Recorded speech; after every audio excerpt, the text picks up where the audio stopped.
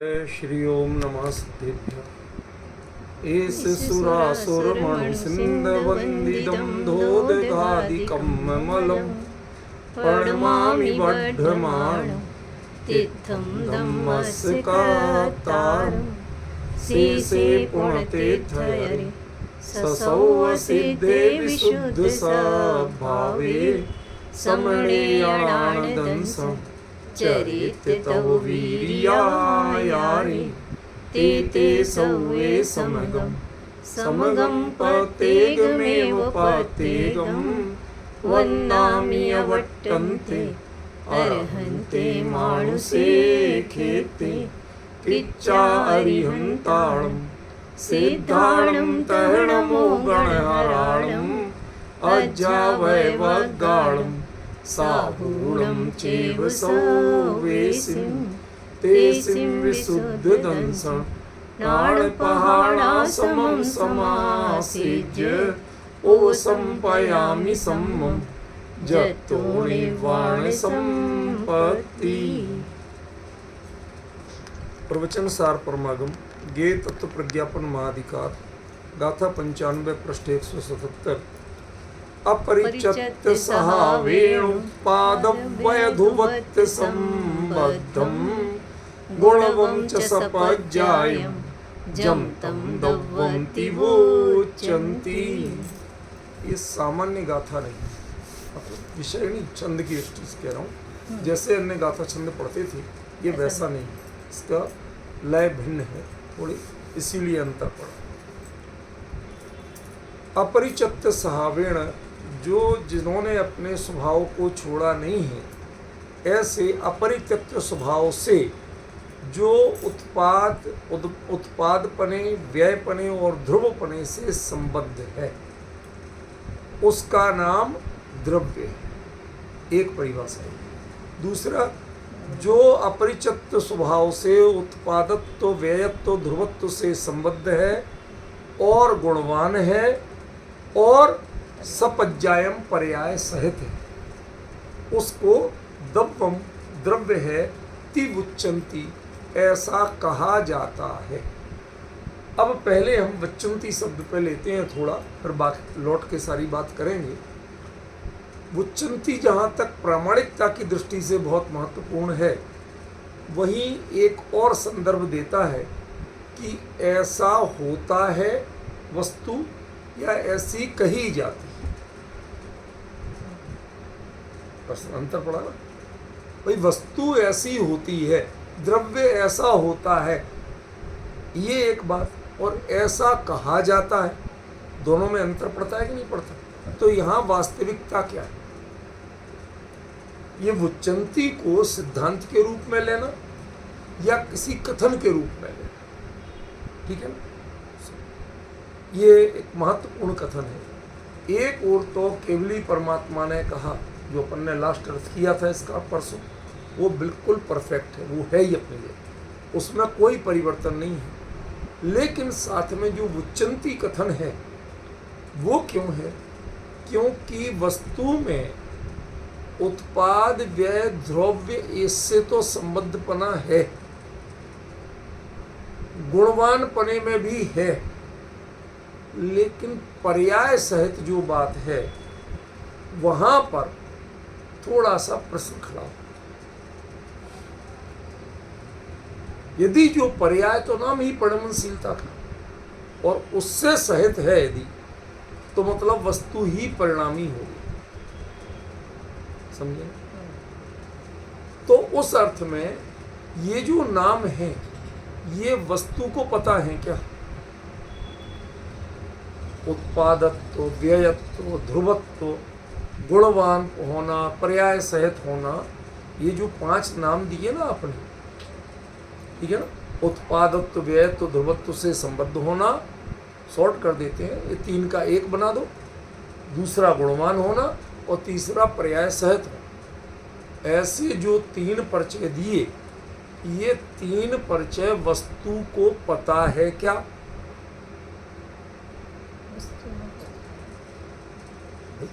इन नामों से तो किसको वस्तु को पता?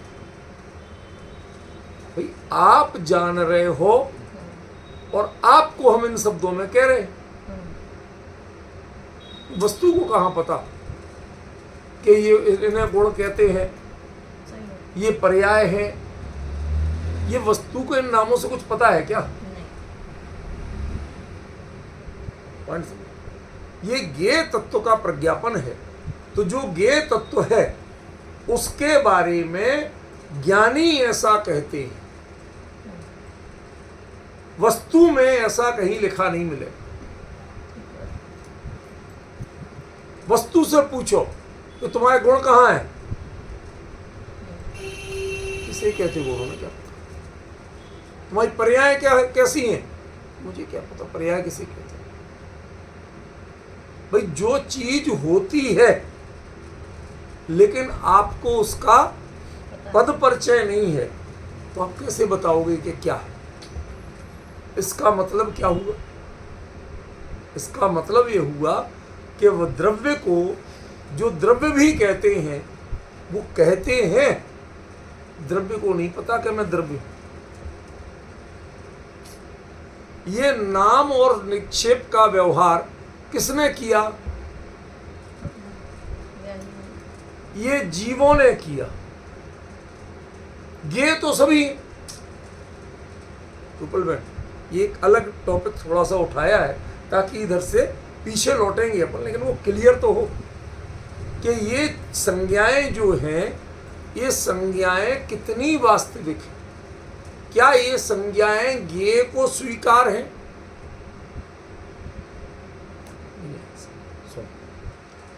चीनी मीठी होती है, उसका नाम मिठास है, ये चीनी को पता है?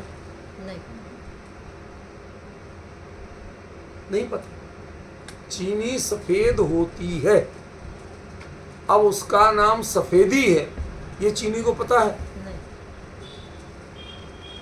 अब डिफरेंस समझ में आ रहा है कि नहीं? क्षेत्र से क्षेत्रांतर होइए आप, वो मीठी भी बदल जाएगी और सफेदी भी बदल जाएगी। कोई स्वीट कह देगा, वह वाइट कह देगा। इसका मतलब ये जो संज्ञाएं हैं ये कही जाती हैं, इनसे वस्तु की पहचान तो करना। ये तुम्हारे हिसाब से है, ये वस्तु नहीं कहती है कि मैं ये हूं। वस्तु किसी संज्ञा की मोहताज नहीं, इसलिए संज्ञा की परिभाषा बनाना पड़ेगी, वस्तु की परिभाषा नहीं। जिन संज्ञाओं से आप वस्तु को परिभाषित करते हो वो संज्ञाएं उनसे संगित, माने वो संज्ञाएं जिस कारण पड़ी वो तो क्वालिटी है वस्तु में, लेकिन वो संज्ञाएं वस्तु में नहीं। आपको समझाया कैसे? संज्ञाओं से, डिफरेंट नाउन से। वो नाउन क्या वस्तु में है? डिब्बे पे यदि लेवल अलग गलत लगा हो तो वस्तु गलत हो जाएगी? तुम उस पर लिख दो चीनी और भर दो नमक, तो वो नमक मीठा हो जाएगा, चीनी हो जाएगा। भाई साहब नाम लिखा है, कह सकते हो क्या ऐसा? नहीं। यह आशंका है क्या आपको? नहीं। इसका मतलब क्या हुआ कि संज्ञाएं, शब्द व्यवहार ये भिन्न है, ये खाली बोला जाता है, लेकिन इनका जो वाच्य है, वाचक भिन्न है, वाच्य भिन्न है। आपको वाचक से वाच्य समझना। पॉइंट समझ? समय सार जी की जो मंगलाचरण जब जयचंद छावड़ा ने किया हिंदी वचनिका का, तो उन्होंने क्या लिखा? शब्द ब्रह्म पर ब्रह्म के वाचक वाच्य नियोग। पढ़ा होगा आप लोग, याद आ? शब्द ब्रह्म और पर ब्रह्म, उनके वाचक वाच्य नियोग। ये वाचक है, वो वाच्य है, लेकिन ये शब्द क्षेत्र और काल की सीमा में बंधे होते, लेकिन वस्तु सर्व क्षेत्र कालावच्छिन्न होती, वो यूनिवर्सल होती। चीनी की मिठास यूनिवर्सल है। सब जगह अब चाहे तुम उसे सफेद कहो चाहे व्हाइट कहो, चाहे शुगर कहो चाहे स्वीटनेस कहो, और चाहे मिठास कहो, कुछ भी कहो। ये तुम्हारे शब्द बदल सकते। इसलिए शब्द ब्रह्म क्षेत्र और काल की मर्यादा में बंधे होते हैं, लेकिन जो अर्थ ब्रह्म है, समझ रहे हैं, वो बंधा नहीं है, वो शाश्वत है। आज मेरे से किसी ने प्रश्न किया था, इसको इसलिए बताया। साहब बुच्चंती को आपने भगवान का कह दिया, भगवान ने कहा, ये तो भगवान की भी तो वाणी है जो आपने इधर प्राकृत में लिख दिया। तो क्या यही है सारी दुनिया, विदेश क्षेत्र में ही प्राकृत बोली जाती है? उनका प्रश्न ये था।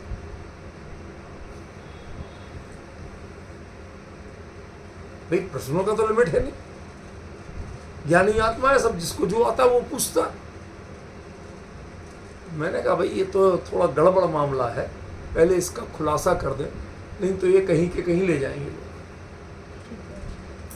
समझे कि नहीं? तो ये सही है कि उन्होंने बुच्चंती का प्रयोग थोड़ा सोच समझ के किया। खाली भगवान ने कहा है, वो वचन परक है, मतलब जितनी संज्ञाएं हैं, जितने नाम हमने रख दिए हैं इसमें गे के, वो नाम गे को मंजूर नहीं है। गे ने नाम को आत्मसात नहीं किया, उस नामों का जो वाच्य है, वो वाच्य को तो उसने आत्मसात किया हुआ है, लेकिन वाचक को उसने आत्मसात नहीं किया। जब आप वाचक को पकड़ के लाओगे तो हम बुच्चंती कह देंगे, भाई साहब ऐसा कहा जाता है, तुम इसको इससे समझते हो तो उससे समझ लो, हमें क्या है? तुम स्वीटनेस समझते हो और हम मिठास बोलते हैं, तो तुम स्वीटनेस समझो। समझ रहे? तो जो कथन है, कथन में शब्दों के अंतर पड़ सकते हैं, ये अंतिम शब्द नहीं। समझ गए ना? उत्पादत्व व्यय तो ध्रुवत्व संबद्ध, ये अंतिम नहीं है। गुणवान, ये अंतिम नहीं है। वो पर्याय सहित, ये भी अंतिम नहीं।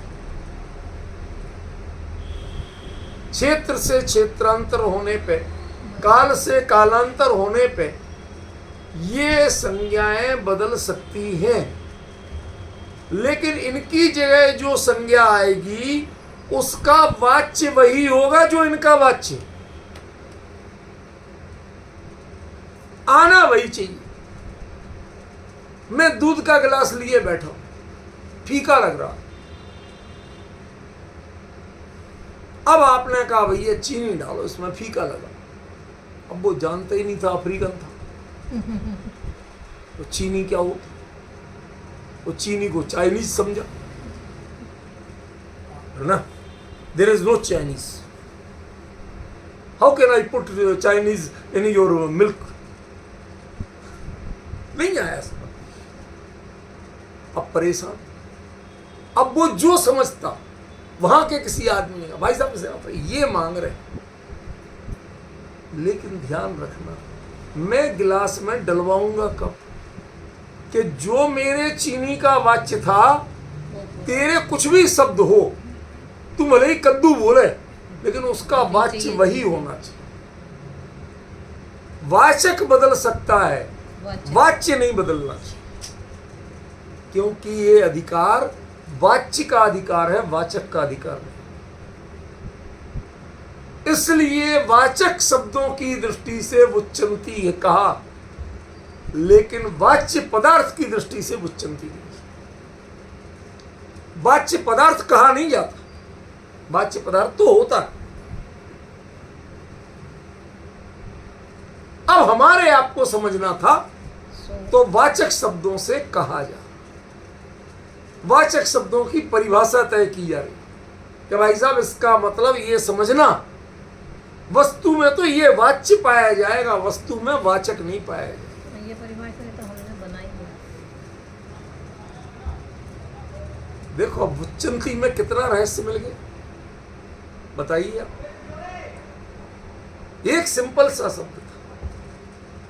आज वो सज्जन मेरे 15 मिनट दिन दोपहर को भर दोपहरी में, मैं ऑफिस में आजकल इतना फंसा हुआ हूँ काम में कि सिर उठाने की फुर्सत नहीं दिखती। नॉन स्टॉप लिखना लिखना लिखना लिखना, सब टाइप कर करके देता हूँ फ़ोन पे, वो आगे कंप्यूटर में प्रोसेस होती है, फिर वहाँ से कैसे कैसे ऑनलाइन जाता है, ऑफलाइन जाता है, हार्ड कॉपी, दुनिया भर के झंझट।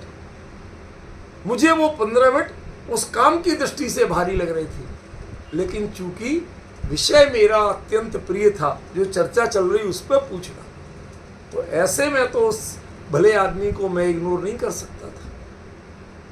तो मैंने सुनी उसकी, सामने जो बैठा काम कर रहा था दूसरा, वो बेचारा बोर हो रहा, कहते सर अभी फोन बंद करो तो मैं आगे काम बताओ तो करूँ मैं।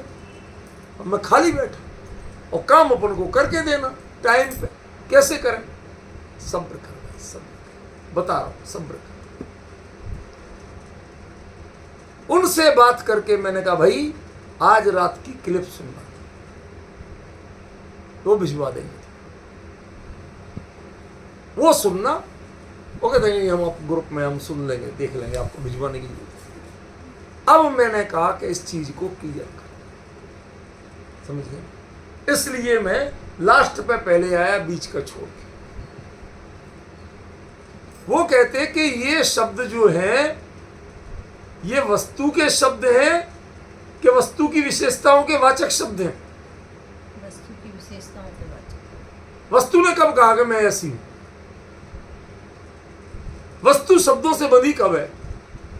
शब्द हमारे आपसी वाग व्यवहार के एक दूसरे को बताने के लिए होते हैं। शब्द वस्तु के, वस्तु शब्दों की गुलाम नहीं है। सच कहते हो, मानते हो, तो वस्तु नयों की गुलाम कैसे हो जाएगी? जब वस्तु शब्दों की गुलाम नहीं है तो शब्दों से ही विवक्षा बनती है, और विवक्षा ही न है तो वस्तु नयों की गुलाम कैसे हो जाएगी? तुमने कैसे वस्तु को नयों से बांध दिया कि ये तो शुद्ध नय का विषय है, असली तो शुद्ध नय। किसने कह दिया असली शुद्ध नय का विषय होता? शुद्ध नय का विषय द्रव्य होता है जो यहाँ सपज्जयम शुद्ध नय का विषय होता है कि नहीं होता? और आचार्य कह रहे भगवान ने कहा असली वस्तु तो ऐसी। बताइए डिफरेंस समझ में आ रहा कि नहीं आ? ये जितने नयवाद है, जितनी विवक्षाएं हैं, ये आपको डाइवर्ट करती है। यदि प्रवचन सार जैसा लोकोत्तर ग्रंथ आपको मिल गया, पंचम काल का ग्रंथ नहीं है भाई साहब, ये इसमें पंचम काल की बातें, इसलिए जो है पंचम काल के पंडित आपको पढ़ाते रहते हैं कि ये न सीखो, वो न सीखो, ये ऐसा हो वैसा, वो डब्बे की चाय, प्याली की चाय, ये सब जो दिमाग खराब कर रखा है ना, इनको भूल जाओ, बहुत अच्छा है। जितनी जल्दी भूल जाओ उतनी जल्दी मुद्दे की बात समझ में आएगी। और जब तक ये विवक्षाएं दिमाग में लदी रहेंगी, आपको वस्तु समझ में नहीं आएगी। बेचारी चाय क्या करे कि वो डिब्बे की है कि पत्ते प्याली की है, कौन सी चाय? चाय में उलझ जाते हैं, इसमें ही उलझे पड़े हैं। असल मुद्दे की बात पता नहीं कि ये क्यों जानना और किसे जानना। चाय कौन सी वस्तु है ये तो बताओ रूपल बहन, चाय कोई वस्तु है क्या? अरे द्रव्य गुण पर्याय, उत्पाद व्यय ध्रुव्य है, अस्तिका है अनस्तिका है, ये तो वस्तु हो सकती है। चाय कौन सी वस्तु है? नहीं है ना। और आप सारी कवायद चाय पे किए जाए, डिब्बे की चाय के, प्याली की चाय, निश्चय चाय के, व्यवहार चाय, सत्यानाश कर रखा। समझ गए? बचाओ बचाओ बच्चों, दो दो हाथ की ताली, ये मदारियों वाले खेल क्यों कर रखे हैं आपने? हमें समझ में नहीं आता। कम से कम प्रवचन सार पर मत करो, और जगह करो, हम नहीं बोलेंगे, आप बिल्कुल नहीं बोलो, प्रॉमिस करता हूं नहीं बोले। लेकिन इसमें ये बातें बचपना है और कुछ नहीं। और मैंने ऐसे बोलने वालों के देखे, इनमें सब में उन्होंने नए लगाए हुए। जहां प्रवचन सार में आचार्य देव ने एक भी नए का प्रयोग नहीं किया, वहां उन्होंने उसकी नए से व्याख्या की। आप जिस चाय का सुन लो, जितने चाहे पंडितों का सुन लो, कोई नए के बिना बोल जाए तो कहना। कुंद कुंदाचार्य देव नए के बिना ही बोल रहे हैं प्रवचन साहब, और वो सारी नए से इसकी व्याख्या कर रहे हैं। हमें समझ में नहीं आता, जिसमें नए होते नहीं उसकी नए से व्याख्या तुम कर कैसे लेते?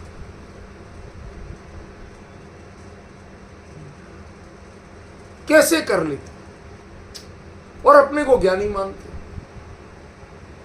आचार्य साफ कह रहे, ऐसा ये जो नाम है ना, ये ओरिजिनल चीज है, इसमें कोई नए नहीं है।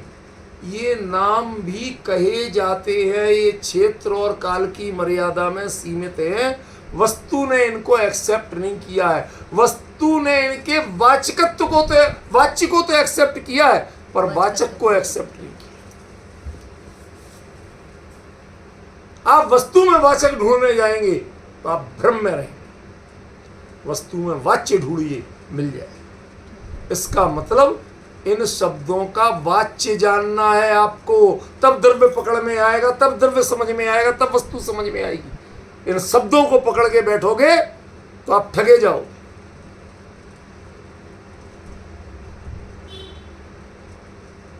उन सज्जन ने हमसे पूछ लिया, तो आज मैंने कहा भाई अब तो बताना ही पड़ेगा, पहले वो चंती से शुरू कर दी, बाकी बातें बाद में। कितना अंतर पड़ गया। शब्द ब्रह्म पर ब्रह्म के वाचक वाच्य नियोग। यहां पर ब्रह्म माने अकेला आत्मा नहीं है, इसीलिए मैंने चिद ब्रह्म नहीं कहा, चिद ब्रह्म नहीं कहा। चिद ब्रह्म में अकेला चेतन आत्मा आता। यहां तो हर वस्तु ब्रह्म है। अब ब्रह्म रूप कौन है? ब्रह्म माने जिससे किसी दूसरे की अपेक्षा न हो, जिसका हर कार्य अपने आप में परिपूर्ण हो, वो ब्रह्म होता है।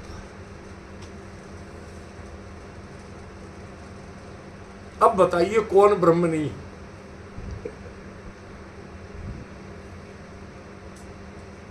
वो अन्य मतियों में जो ब्रह्म कहा जाता है ना, अद्वैत ब्रह्म, सर्वव्यापी ब्रह्म, फला ब्रह्म, वो यही है कि वो सर्वोपरि है, उसे किसी की जरूरत नहीं। भले ही सबको उसकी जरूरत हो, लेकिन उसे किसी की जरूरत नहीं। जो अपने बल पे अपनी सत्ता स्वयं सिद्ध हो, उसका नाम ब्रह्म। और उन ब्रह्मों में भी कुछ पक्ष हैं जो हमें पता चलते हैं, और कुछ पक्ष, बहुत से पक्ष हैं जो हमें पता ही नहीं चलते। जो अतीन्द्रिय हैं वो हमें पता ही नहीं चलते, जो अरूपी हैं वो हमारे ज्ञान का विषय नहीं बनते। समझ गए?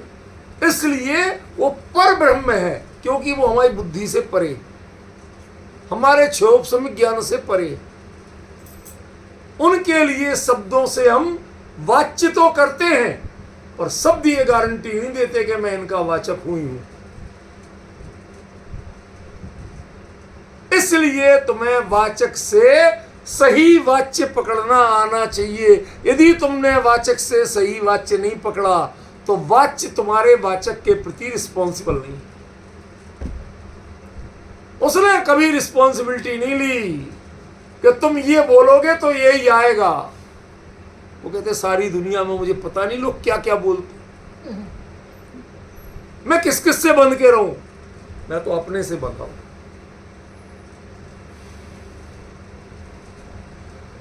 सच बता रहा हूं, कई विषय तो ऐसे हैं कि जो कुंद कुंदाचार्य के हृदय में बैठ के जब व्याख्या करो, भाई साहब ऐसा लगता है हम लोग दूसरी दुनिया में। रूपल वैन से पूछो, ये चोरी बहुत करती थी हमारे साथ, बहुत चोरी की मुझे नहीं बताती थी। जैसे कोई बीच में से चूहा भाग जाता ना, इस सुबह कितने बजे सर आप कितने बजे कहाँ मिलना है? हमने कि 7 बजे। 5:30 बजे भाग के ऊपर वो गुफा में जाके थोड़ी देर खड़ी होने की, जहाँ कुंद कुंद वो शब्द नहीं है, उसके लिए कोई शब्द नहीं थे, लेकिन उसके संवेदना ले।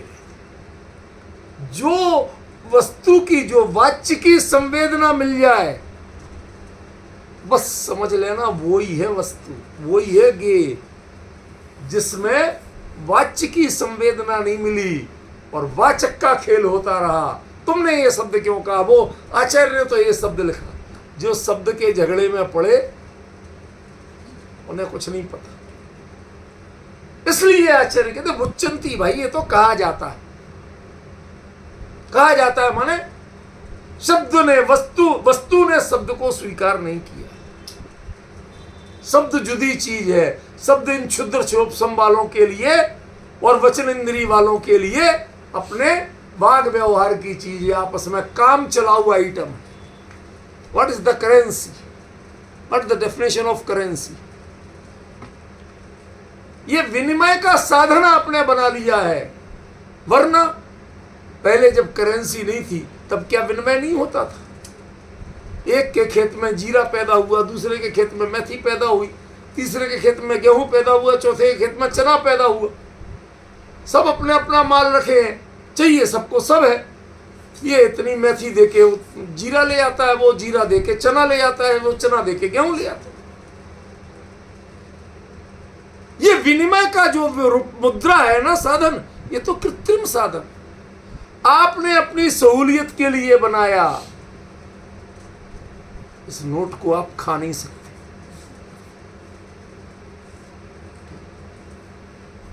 उड़ा सकते हो, खा नहीं सकते।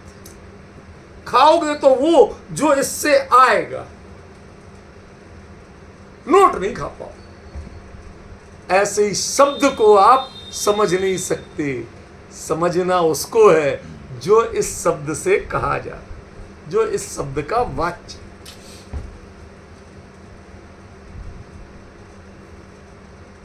कभी कभी ऐसा लगता है कि मैं बहुत कोशिश करता हूं कि चलो शॉर्ट में बता के बढ़े आगे, लेकिन तृप्ति तसल्ली हो तब ना। मैं असल में आप लोगों के सुविधा के लिए नहीं बोलता हूं, मुझे जब तक तसल्ली नहीं होती है तब तक विषय खोल।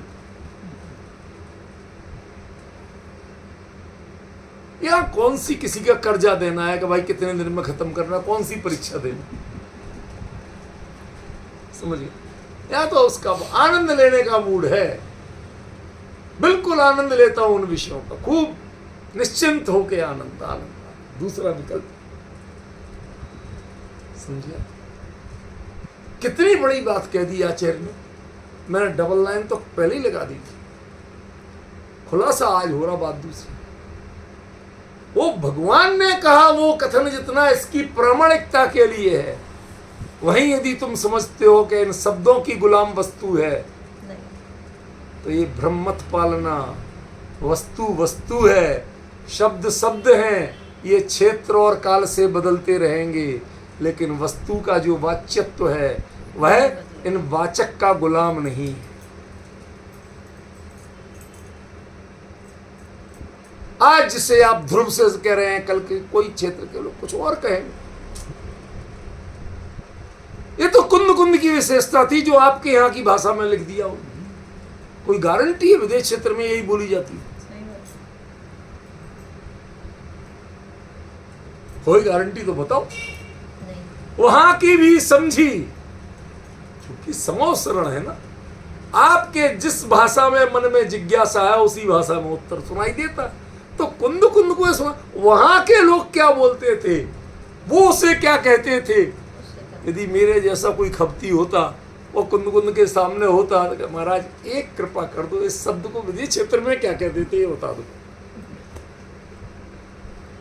क्यों? शुद्ध क्षोभ समन भटकते हैं ना हम।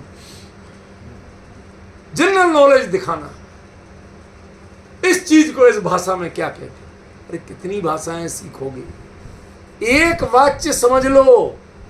एक भी भाषा नहीं आती हो तो कल्याण हो जाएगा, और सारी भाषाओं में शब्द को सीख लिया और वाच्य नहीं पकड़ में आया तो कल्याण होने वाला नहीं। इसलिए आचार्य ने सावधान किया, your attention please, these words are बुच्चंती। ये शब्द उसको कहते हैं, वो वस्तु नहीं कहती है कि मैं तुमसे कही गई। मुझे तो कहने वाले और भी बहुत हैं। वस्तु क्या कहेगी, मुझे कहने वाले और भी बहुत हैं, तुम जिनसे समझ सकते हो तो मुझे समझना, शब्दों को मत समझना। मुझे पहचानना, शब्दों को ज्यादा मत पहचानना। शब्दों की परीक्षा देके पास तो हो सकते हो, डिग्री ले सकते हो, गोल्ड मेडल ले सकते हो, तुम्हारा संदेश लगा रहता है, तो पाना है, आ जाएगा बेटा, कुछ फायदा नहीं होगा। वस्तु समझो, वो ज्ञान का असली विषय है, वो समझो। ये शब्दों की डिग्रियां अलग चीज होती हैं और वस्तु का ज्ञान अलग चीज। आज जितने लोग टॉपर घूम रहे हैं, इनमें 99% को वस्तु का पता ही नहीं, इसका वाच्य क्या था वो पता ही नहीं। उन्होंने वाचकों को रट रखा। सच बताओ, जो रटते हैं वो वाचक को ही तो रटते हैं, वाच्य का उन्हें क्या पता। ये ज्ञेय का प्रज्ञापन है। ज्ञेय हमेशा उन शब्दों से वाच्य तो हो सकता है, लेकिन वाचक का नाम ज्ञेय नहीं है, शब्दों का नाम ज्ञेय नहीं है। शब्दों में वस्तु को नहीं ढूंढना, शब्दों से वस्तु को, उन शब्दों की वाच्य क्या है उधर जा देखने की कोशिश कर। पर हमारी सबसे बड़ी कमी क्या है, हम शब्दों में तृप्त हो। अरे गुरुदेव ने एक पर, मैं एक हूं, एक हूं, एक हूं, एक एक एक, इसके अलावा विचार ही नहीं कर। मैं शुद्ध शुद्ध शुद्ध शुद्ध और विचार ही नहीं कर। अरे भाई, उन्होंने जो बात, जिस दृष्टिकोण, जिस पृष्ठभूमि में कही थी वो सही है, लेकिन इन शब्दों को पकड़ के घोक घोक के तुमने यदि अपना कल्याण माना है तो बहुत बड़े धोखे में। इन शब्दों का जो वाच्य था वो वाच्य में हूं। एक माने एक, एक माने तो बहुत कुछ होता। हमारा कालिदास बाबा था, कवि कालिदास, पहले तो वो अनपढ़ था, तो उसका उन्होंने कहा कि साहब पंडित, सब पंडितों को हरा दिया उस राजकुमारी ने, उस राजकुमारी का विवाह किसी मूर्ख से करा। तो ये बैठे, जिस डाली पे बैठे उसी डाली को काट रहे थे। कहते हैं गिर जाएगा भला आदमी। अरे कैसे गिर जाएगा, मैं सही बैठा हूं। तो आगे बढ़ गया, उसने 4 कुल्हाड़ी और बढ़ी, धड़ाम नीचे गिरा। अरे वो तो सही, अरे बाबा तुम तो बड़े ज्ञानी हो, तुम तो भविष्य वक्ता हो। अरे काहे के भविष्य वक्ता है, दुनिया कॉमन सेंस था। नहीं आप बताओ, जैसा आप कहोगे हम करेंगे, वैसे ही करेगा। कहीं चल, उसको बढ़िया नहलाया धुलाया, दाढ़ी वाड़ी बनवा के चकाचक किया, तिलक त्रिपुंड सब लगाया, रेशमी पगड़ी पहनाई। और उसके बाद बहुत से लोग ड्रेस से अपनी विद्वत्ता मानते। हमारी यूनिवर्सिटी में एक विद्वान थे, उनको एक विषय पढ़ाने दिया, उन्हें आता धेला नहीं था उसमें। हमने कहा साल भर पेपर लिए होगी, पढ़ा क्यों नहीं रहे? सर 2 दिन के अंदर इनका कोर्स पूरा कराए। ठीक है, करा देना भैया। 4 दिन बचे थे हमने बच्चों का, 2 दिन में पढ़ लो यदि पढ़ाते हैं तो।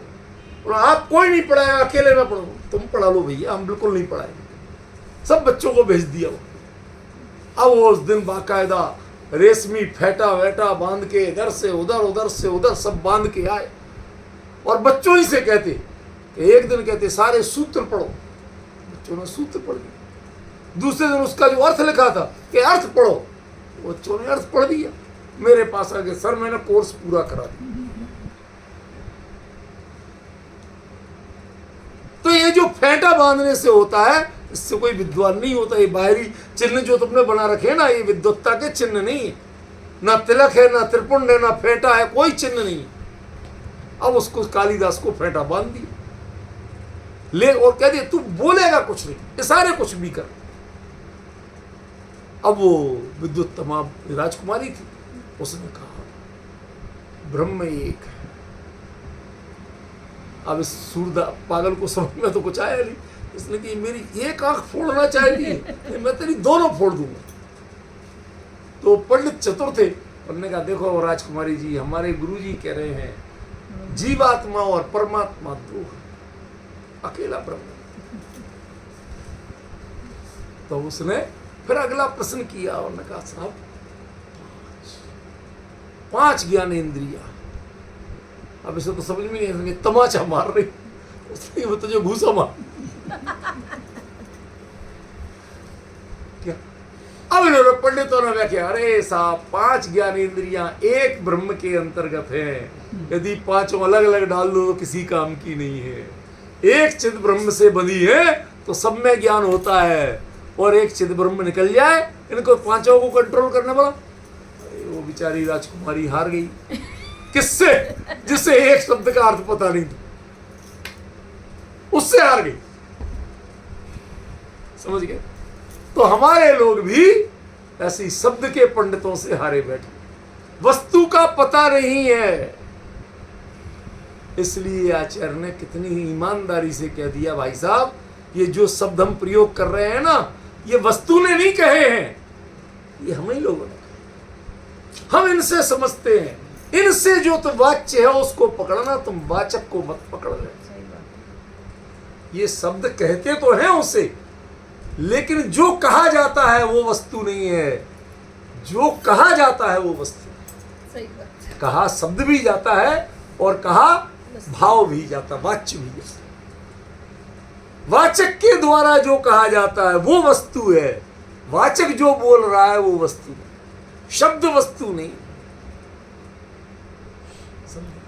इसलिए आचार्य ने वुच्चन्ति का प्रयोग किया। एक और ये केवली के कथन के रूप में प्रामाणिकता का स्रोत है, और दूसरी ओर अत्यंत निरीहता, बेचारा है ये तो कहते ही तो है। तुम मुद्दे की बात पकड़ पाओ, तुम शब्द को पकड़ के बैठ जाओगे तो तुम 3 काल में गे को नहीं समझ सकते। शब्दों से गे नहीं है, ये तो गे में बसता है। तुम्हारे ज्ञान को उसे जानो, प्रामाणिक ज्ञान को, वीतराग ज्ञान को जानो, तब गे का स्वरूप समझ में आएगा। यदि तुम्हारा रागात्मक ज्ञान है तो वस्तु वही होगी, लेकिन तुम्हें समझ में कभी नहीं आएगी।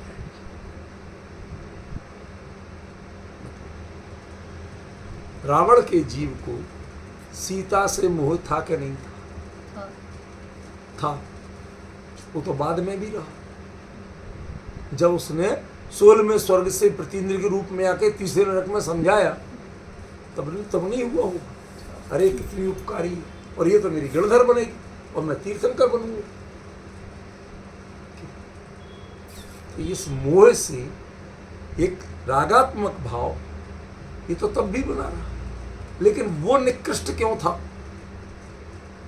रावण जब देह परक सीता को चाहता था, कषाय से सीता को चाहता था, तब वो निकृष्ट क्यों था? वो अपनी वासनाओं से चाहता था, सीता की क्वालिटी से नहीं चाहता। हमने अपनी वासनाओं से वस्तु को देखने की कोशिश की, वस्तु की क्वालिटी से अपने ज्ञान को सुधारने की कोशिश की। रावण रावण कब तक? अपनी दृष्टि से अपने हिसाब से वस्तु, मेरे ये शब्द जाना, मैं ये कहता हूं, मैंने ये पढ़ा है, ये सब भूल जाओ भैया। ये तो वुच्चन्ति है, कहा जाता है तो ठीक है कहते हैं, किसी जगह और कुछ भी कहेंगे, और कुछ कहेंगे, लेकिन वस्तु वही होगी, वाच्य वही होगा। वाच्य नहीं बदलेगा, वाचक शब्द बदल सकते हैं, उसमें हम ऑब्जेक्शन नहीं करेंगे, लेकिन वाच्य नहीं बदलना चाहिए। तुम्हें हम ज्ञेय तत्व प्रज्ञापन में ज्ञेय की बात कर रहे हैं, ज्ञापक की बात नहीं कर रहे हैं। शब्द हैं ज्ञापक, वो बताते हैं, लेकिन बताने वालों को वस्तु ने कब स्वीकार किया? आपके बारे में लोग ऐसा कह रहे थे, मेरे अक्सर लोग, भाई साहब आपके बारे में लोग बड़ा नेगेटिव कह रहे थे, जिनकी जैसी सोच है वैसा कह रहे थे। मेरा क्या ऐसा? तुम मेरे से मिले, मेरे से कोई वास्ता रखा नहीं? तो जब तुम मेरे को जाने ही नहीं तो लोग कह रहे थे, इस पे तुम निर्णय कर रहे हो, तो भाई तुम कितने समझदार हो, तुम खुद जानो। शब्द क्या कह रहे थे, हम उसके आधार पर वस्तु का निर्णय कर रहे हैं। वस्तु कैसी है उसके अनुसार शब्द में सुधार नहीं था। बाबूजी क्या अंतर पड़ा? शब्द क्या कह रहे थे इसके आधार पर हम वस्तु का निर्णय कर रहे हैं। वस्तु कैसी है इसके अनुसार अपने शब्द सुधार लो। पहले वस्तु को जानो, यदि शब्द बिल्कुल परफेक्ट लगे तो उनको मान लेना, और नहीं लगे तो उनको सुधार लेना। सुधार लेना। शब्दों की गुलाम वस्तु नहीं है।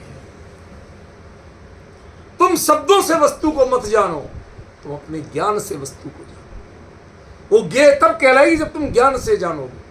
समस्या है तुम शब्दों से जानना चाहते हो। जो शब्द कहते हैं वो तो उच्चंती है, वो तो कहा जाता है,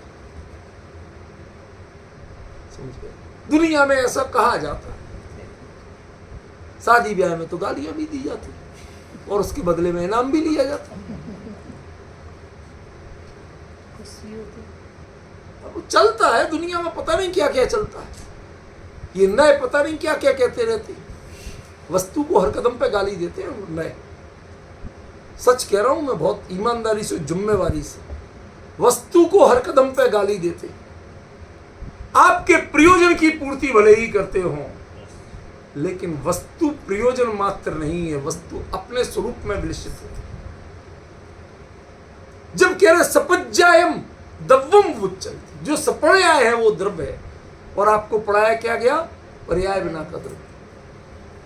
शुद्ध नहीं कहता पर्याय बिना का द्रव्य। पर्याय द्रव्य में होती नहीं, जो पर्याय वो में हुई नहीं। रटाया कि नहीं रटाया? ये है वस्तु। वस्तु को वस्तु से जानो, उससे समझो, नयों से मत समझो। बहुत धोखा खाओगे, समझ गया? प्रयोजन का थोड़ा बहुत काल होता है, वस्तु सदा काल।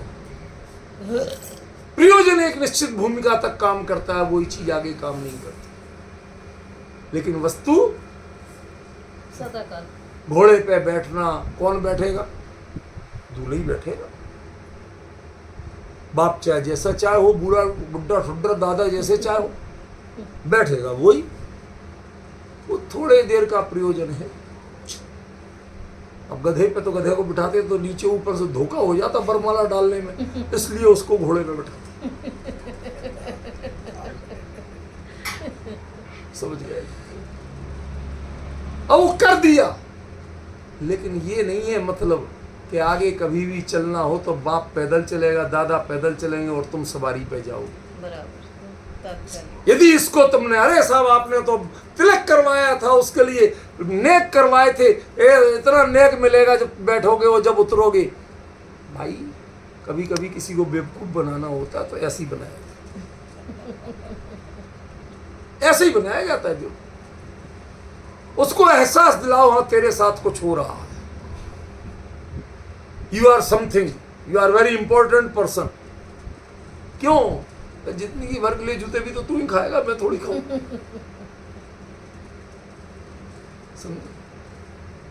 चुकाते रहना टैक्स। कहते हैं एक समय की कमाई को तू अनंत काल खाएगो, और एक समय की भूल को से सारी जिंदगी पछताएगो।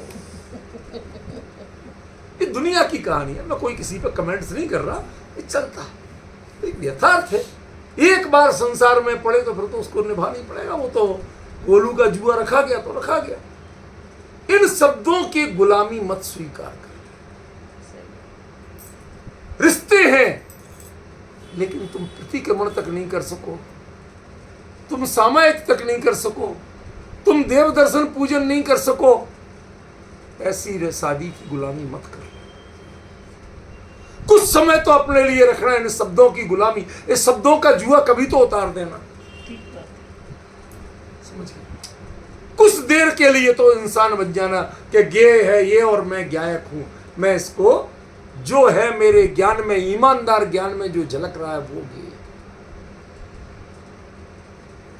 अकेले द्रव्य नाम से गेय नहीं होता है, अकेले उत्पाद व ध्रुव के नाम से गेय नहीं होता है, अकेले गुण और पर्याय के नाम से भी गेय नहीं होता।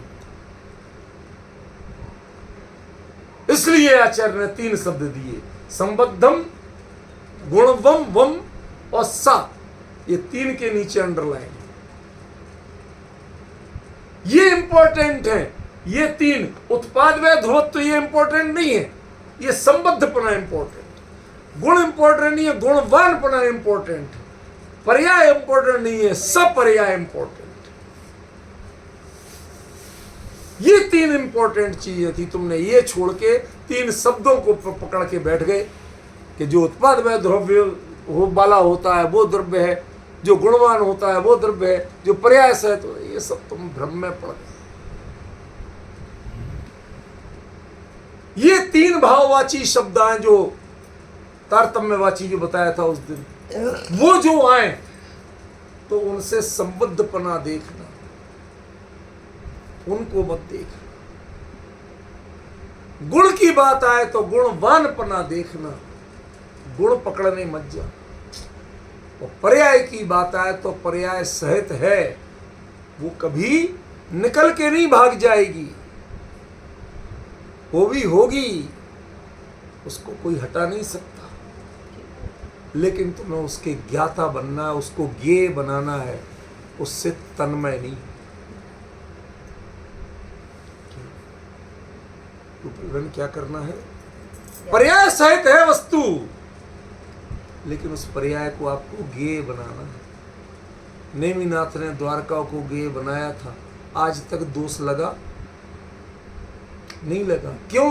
वीतरागी थे, मात्र ज्ञेय बनाया था। और कोई और कह देता कि द्वारका मैं तेरी जला दूंगा, या ये द्वीपायन मुनि जला देगा, चला वो द्वीपायन भागा भागा घूमा। हमने सब साधनों, जो नाम आ जाए उस नाम के पीछे डंडा लेके पड़ जाते। ये नाम तो वाचक हैं भैया, आप वाच्य पे जाओ। वस्तु का उस काल में वो प्रणमन तय है, इधर जाओ। यहां कहां अटक रहे हो? ये मुच्चंती में रूपलगन वाकई में बहुत गहराई है। हमने ऐसे गे समझ लिया, जो कहा जा रहा है वो गे, जो कहा जा रहा है वो गे नहीं है, जो कहा जा रहा है वो गे। माने जिन शब्दों को आप बोल रहे हो वो शब्द गे नहीं है, उनको मत रटना। उन शब्दों का जो वाच्य है उस वाच्य को पकड़ सको तो गे पकड़ गया। वाक्य में कोई अंतर नहीं होगा, पर वाक्य के अभिप्राय में, एप्लीकेशन में बहुत अंतर। समझ रहे? ये डिफरेंस जिस दिन पकड़ में आने लगा, सच बताएं पवन जी, मेरी बड़ी कमजोरी हो गई। जब आनंद किसी में आता है तो वो घंटा निकल ही जाता है। मैं चाहे 15 मिनट की सोचूं, चाहे 5 मिनट की सोचूं, आगे सुई बढ़ती ही नहीं। क्या करें? क्योंकि हमें तो जिन वचसी रमन थे, हमें तो रमना है, हमें परीक्षा थोड़ी देना कि कितनी गाथाएं रटी, कितने शब्द रटे, कितनी परिभाषाएं रटी। यहाँ तो हर चीज का आनंद है। उस दिन आनंद आ रहा था, भगवान ने बोला, साक्षात केवली की वाणी, ये जो द्रव्य का स्वरूप है भगवान का बताया हुआ है। उस समय आनंद का विषय ये था। आज ये शब्द शब्द है, ये शब्द ये नहीं है, शब्द द्रव्य नहीं है। इन शब्दों के द्वारा जो तुम समझ पाते हो यदि, तो वो द्रव्य है। उसको पहचानने की कोशिश कर। कितना सिनेरियो चेंज हुआ, कितना अंतर आया। अब यदि ये पहचानना आप जानते हैं तो बहुत बढ़िया, और नहीं जानते हैं तो भाई साहब अब कुछ नहीं कह सकते, कुछ कहना ही बेकार। जो जो क्षोभ में मरते हैं, शब्दों में खेलते हैं, नए विवक्षा में खेलते हैं, उन्हें धेला भी पता नहीं है कि प्रवचन सार है क्या और गे है क्या। ज्ञान वीतराग हुए बिना गे गे नहीं होता। शब्द का भी मोह जीवित है तो आपने गे नहीं है, आपने गे को जाना। अत्यंत वीतराग वस्तुनिष्ठ हो जाए तो गे है वो, और आप क्या। जब तक ज्ञान में वस्तुनिष्ठता नहीं हो के कोई भी क्षोभ, कोई भी शब्द ज्ञान, कोई भी समझना और समझाना, इनके विकल्प बाकी हैं, तब तक वो जो कुछ समझ में आ रहा है वो गे नहीं। इससे बड़ी विडंबना और क्या बताऊं। हमने आज तक परिभाषाएं पढ़ी हैं, सीखी है। सोनगढ़ में भी जाओ, लघु सिद्धांत परीक्षा, ये परिभाषा, ये परिभाषा। जरूरी था भैया जब कुछ नहीं आता तो। लेकिन जब पढ़ते पढ़ते प्रवचन सार पे पहुंच गए और गे तत्व प्रज्ञापन पे पहुंच गए, भाई ये तेरे शब्द किसी काम के नहीं, तो रटाए काय को थे यहाँ तक पहुँचे। नहीं, किसी काम के नहीं, ये समझ सके इसीलिए तो रटाए थे। आज सार्थक हो रहा है तेरा रटाना कि तू पहचान तो रहा है किसी काम की। वो एक विद्वान थे, वो एक दृष्टांत देते थे, मैंने आपको एक आध बार दिया था, बहुत अच्छा है बताते।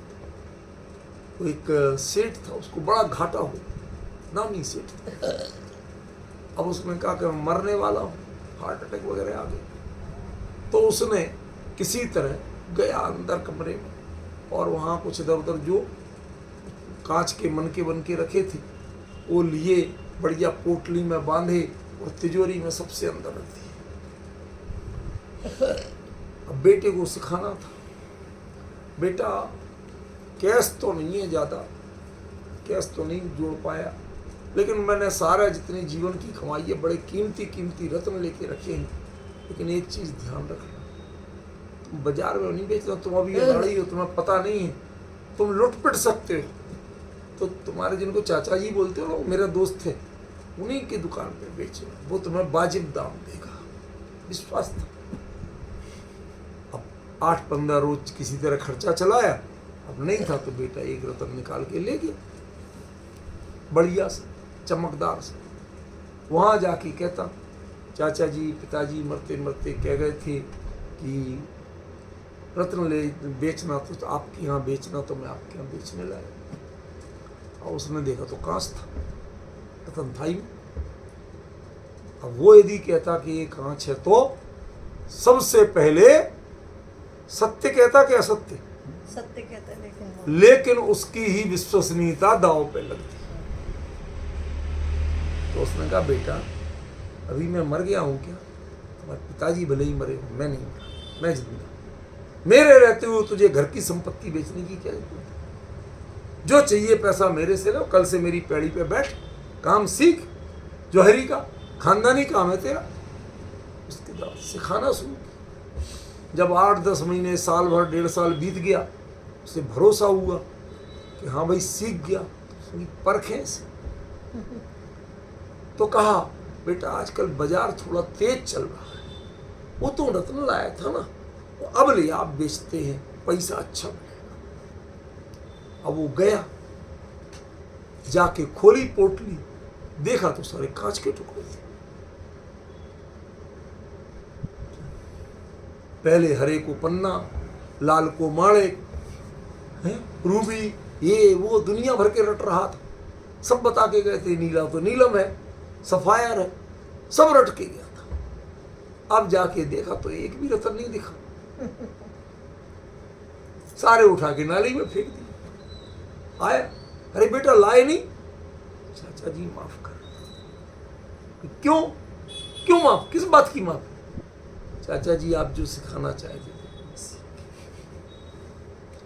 वस्तु की परख यदि आपको आ गई, वस्तुनिष्ठता आना चाहिए, आपको जो शब्द रटाए गए वो नहीं आना चाहिए। जिसने परख सीख ली ये उसका है, समझिए। राजनीति बड़ी विचित्र चीज होती। औरंगजेब के पास वो कोहिनूर हीरा आ गया कहीं से, होते होते होते होते, सबने इतिहास नहीं सुना।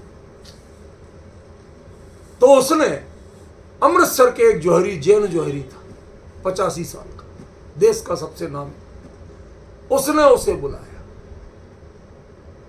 तो बुढ़े ने सोचा है औरंगजेब जैसा सन की बादशाह भी कुछ कर देगा, क्या करेगा क्या पता। अब जाना तो यही, बादशाह का हुक्म तो टाल नहीं सकते। तो पोता बोला कि दादाजी मैं साथ चलूं। कहीं चलना बेटा, लेकिन तू अभी जिंदगी नहीं देखी, हम तो जिंदगी जी चुके, कुछ बोलिए मत, बस एक कृपा रखना, मेरे साथ जाए, यदि मेरे ऊंच नीच हो जाए तो ले आना मेरी बॉडी घर तक। तो बेटा पोता तो किसी और जुगाड़ में गया था। अब औरंगजेब जो पहुंचा जौहरी, तो औरंगजेब ने कमरा बंद करवाया और कोहिनूर निकलवाया और रख दिया ट्रे में सामने। कहते लाला कीमत बता। समझने की कोशिश करो। संदर्भ से अर्थ बदल जाते हैं। वहां राजनीति का संदर्भ था, व्यापारिक संदर्भ, अर्थ बदल गया। उसने कहा कीमत बता। अब वो कहता, मन में सोचता सेठ कि यदि मैंने कम बताई तो अभी सूली चढ़ाएगा कि इतनी कम ऐसी, और यदि खरी बता दी तो कह निकाल पैसे। मैं कहाँ से लूंगा, कोहिनूर की कीमत चुकाने की मेरी औकात नहीं। अब वो बेचारा गर्मी में यूं सर्दी में भी पसीना पसीना ऐसे कांप रहा, तो बोले ही नहीं, बोल पाए। तो वो पोता बोला कि बादशाह सलामत, यदि अनुमति हो तो मैं बताऊं। अब वो कहता है अरे चुप रहे बेटा, तुम अदा ना कुछ नहीं। बता बोल। तो बादशाह तो अपने सिंहासन पे बैठा था, तो उसकी जूतियां नीचे उतरी पड़ी थी। तो उसने कहा मां बादशाह, इसकी कीमत ये जूती की। तो वो तम आ गया, क्या बात करता है, इतना बेशकीमती है तो जूती के। कहते महाराज समझने की कोशिश करो, जिसकी जूती में दम होगा ये कोहिनूर उसके पास रहेगा, ये पैसों से नहीं बिकेगा, कभी बाजार में नहीं बिकेगा। कोई कीमत दे के नहीं ले पाएगा इसको, जिसकी जूती में दम होगा वही लेगा। बस अने खुश होकर इनाम दे। संदर्भ क्या था, व्यापारिक मूल्य और सत्ता का मूल्य। कौन रख पाएगा कोहिनूर जैसे रत्न को, सत्तावान सम्राट रख पाएगा। ये बाजार में कीमत देके नहीं मिलेगा। वस्तु का जो स्वरूप है, जो अपने ज्ञान को सर्वस्व न्यौछावर करके जानेगा, वीतराग बना के, उसे मिलेगा। ये शब्दों के क्षोभसम का व्यापार करने वालों को वस्तु का स्वरूप नहीं मिलेगा। वो गे को नहीं जान पाएंगे। What is the definition of gay, वो नहीं जान पाए। ये क्षोभसम ज्ञान बताएगा कि गे किसे कहते हैं। जिसे अपना होश नहीं है वो दूसरे को बताएगा। डॉक्टर आया लड़खड़ाता हुआ, पिए हुए, हाँ भाई बताओ ऑपरेशन किसका करना है। मरीज कहता भाई ऐसे ही मर जाना मंजूर है, तेरे से नहीं कराना। अरे सबसे बड़ा एक्सपर्ट डॉक्टर है इसका दुनिया का, कहते होगा पहले अपने होश में तो आए तब तो मैं ऑपरेशन कराऊं। जो अपने होश में नहीं है उससे क्या ऑपरेशन। ये भी कहता है जिसे अपना होश नहीं है उसे मैं अपना स्वरूप का निर्णय करने का अधिकार देता नहीं।